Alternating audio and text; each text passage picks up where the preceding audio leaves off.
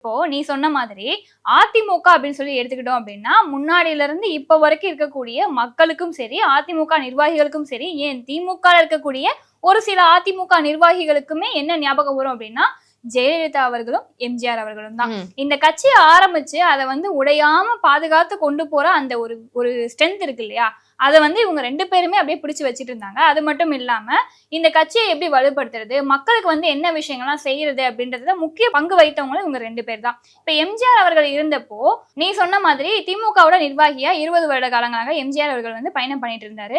எப்போ அது உடைய ஆரம்பிச்சது அப்படின்னா, நீ சொன்ன இல்லையா அந்த அமைச்சரவையில பதவி கொடுக்கல அப்படின்றது. அப்போ எம்ஜிஆர் அவர்கள் என்ன முடிவு பண்றாரு அப்படின்னா, நமக்குன்னு தனியான ஒரு அடையாளத்தை உருவாக்கணும், நம்மளாலதான் இவங்க இந்த அளவுக்கு வளர்ந்துருக்காங்க, அப்போ நம்ம தனியா வந்துட்டோம் அப்படின்னா நமக்கான அடையாளம் கிடைச்சிடும் அப்படின்ற ஒரு காரணத்தினால அக்டோபர் 8ஆம் தேதி 1972 ஒரு மேடை பேச்சுல பேசுறாரு. அப்போ திமுக தான் இருந்தாரு.